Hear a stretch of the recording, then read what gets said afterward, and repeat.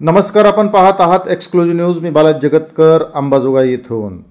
सम्यक विद्यार्थी आंदोलनाच्या अध्यक्षा तथा सल्लागार प्राध्यापिका अंजलीताई आंबेडकर यांच्या उपस्थितीमध्ये सम्यक विद्यार्थी आंदोलन बीड जिल्हा आयोजित सम्यक संवाद मेळावा आयोजित करण्यात आला होता. याला मुख्य मार्गदर्शक म्हणून ॲडव्होकेट सर्वजित बनसोडे, महाराष्ट्र राज्याचे वंचित बहुजन आघाडीचे उपाध्यक्ष हे उपस्थित होते. त्यांनी सखोल असे मार्गदर्शन केले. या कार्यक्रमाला बीड जिल्हा पूर्वचे जिल्हाध्यक्ष शैलेश कांबळे, सरफराज पठाण, अक्रम खान, बाबूराव मस्के, पुरुषोत्तम वीर, महिला जिल्हाध्यक्षा छायाताई हिरवे तसेच वंचित बहुजन आघाडीचे पदाधिकारी कार्यकर्ते, त्याचबरोबर सम्यक विद्यार्थी आंदोलनाचे कार्यकर्ते पदाधिकारी तसेच समता सैनिक, भारतीय बौद्ध महासभा यांचे पदाधिकारी मोठ्या संख्येने उपस्थित होते. या संवाद मेळाव्याला दुपारी 1 वाजता सुरुवात झाली.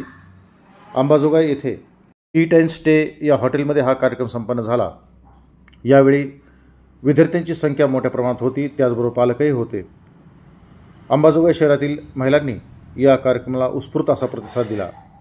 या कार्यक्रमाचे आयोजक प्रशांत बोराडे व त्यांच्या टीमने अथक परिश्रम व मेहनत घेतली. यामध्ये विद्यार्थ्यांचे प्रश्न, अडीअडचणी यावर देखील संवाद व चर्चासत्र झालं.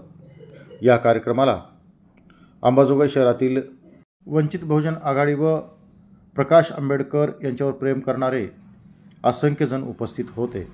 पिण्याच्या पाण्याचे प्रश्न असतील, या देशातल्या कामगारांचे कामगार हक्काचे कायदे असतील, या सगळ्याची जबाबदारी, नैतिक जबाबदारी आणि आर्थिक जबाबदारी, सामाजिक जबाबदारी आणि त्यांना संरक्षण देण्याची कायद्याची जबाबदारी सुद्धा इथल्या सरकारची आहे असं बाबासाहेबांच्या वेलफेअर इकॉनॉमीने मानलं. आणि त्याच्याचमुळे आपल्या शिक्षण व्यवस्थेपर्यंत, शिक्षण व्यवस्थेमध्ये शिक्षण हे मुलांना कमीत कमी पैशामध्ये मिळालं पाहिजे, अनुसूचित जाती जमातींना ते मोफत मिळालं पाहिजे ही भूमिका घेऊन पुढे आलो. आणि त्याच्यामुळे अनेक वंचित समूहातले विद्यार्थी शिकले, वेगवेगळ्या विद्याशाखांमध्ये गेले, इंजिनियर झाले, डॉक्टर झाले, बँकेत कर्मचारी झाले, कोर्टामध्ये लागले, वकील म्हणून लागले, सैन्यामध्ये शिरले. या सगळ्या ठिकाणी जसं आरक्षण हे एक महत्वाचं संरक्षणाचं कवच उपलब्ध होतं, तितकंच महत्वाचा भाग हा शिक्षणाचा होता. मी आरक्षणाबद्दल जास्ती बोलत नाही, कारण सर्वजित बनसोडे याच्याबद्दल जास्ती सविस्तर बोललेले आहे.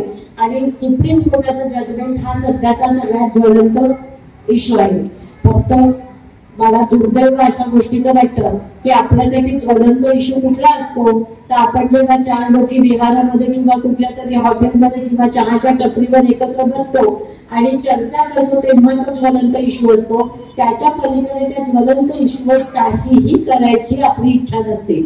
उद्या सुप्रीम कोर्टाचा जो निर्णय आलाय त्याची होळी करा असा जर कार्यक्रम वंचित बहुजन आघाडीने दिला तर सुप्रीम कोर्टाच्या जजमेंटवर टीका टिप्पणी करणारे आणि चर्चा करणारे किती लोक प्रेक्षक म्हणून सुद्धा किती उपस्थित राहतील याची मला शंका आहे.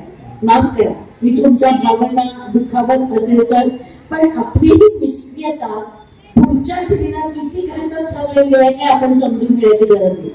आज आतापर्यंत शिक्षणामध्ये आरक्षण निश्चित होतं आणि आरक्षण नव्हतं त्यांना सुद्धा सर्वसामान्य माणसांना स्वतंत्र चर्चा करेल.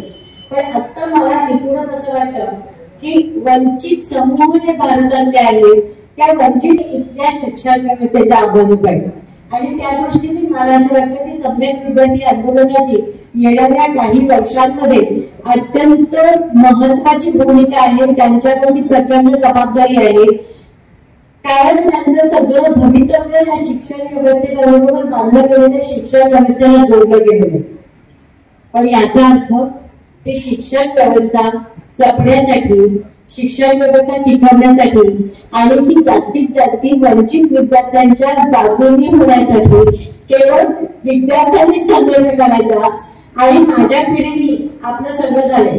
मला जेव्हा प्रचंड अनुदान होतं अशा काळामध्ये माझं शिक्षण झालं, शालेय शिक्षण झालं, महाविद्यालयीन शिक्षण झालं, पुढचं पोस्ट ग्रॅज्युएशन झालं. सरकारी अनुदान असलेल्या महाविद्यालयामध्ये मला 37 वर्ष नोकरी करता आली. ती नोकरी करून मी निवृत्त झाले आणि मला आता भरगतचं पेन्शन पण मिळतं. आज मला असं वाटतं की माझ्यासारखी पिढी ही आत्ताच्या विद्यार्थ्यांचे काय अडचणी आहे हे लक्षात न घेता माझ्या सुखवस्तू आयुष्यामध्ये माझी पिढी आणि माझ्या नंतरच्या अनेक पिढ्या अतिशय शांतपणे बसलेली आहे.